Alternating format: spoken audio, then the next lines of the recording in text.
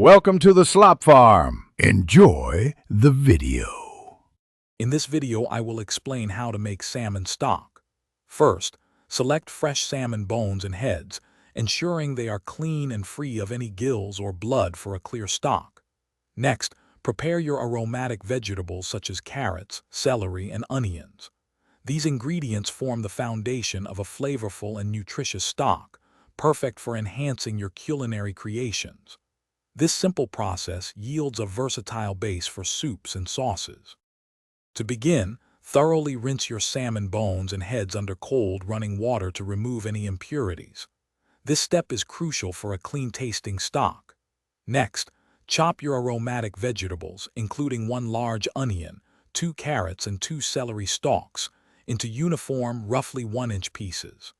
Finally, gather your fresh herbs, such as a few sprigs of parsley and thyme, which will infuse the stock with a delightful aroma. These preparations ensure a smooth cooking process. Now, place the rinsed salmon bones and chopped vegetables into a large stock pot.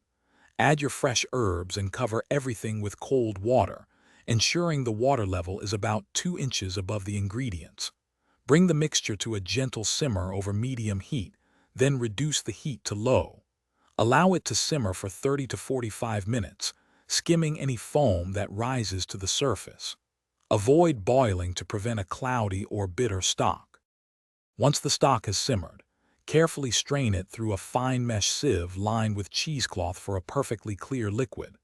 Discard the solids. Allow the stock to cool completely at room temperature before transferring it to airtight containers or freezer-safe bags. It can be refrigerated for up to 3 days or frozen for several months. Remember to check the description for a link to the Echo Dot smart speaker and other great deals to enhance your home. Enjoy your homemade salmon stock. Thanks for watching. Consider subscribing if we helped you today.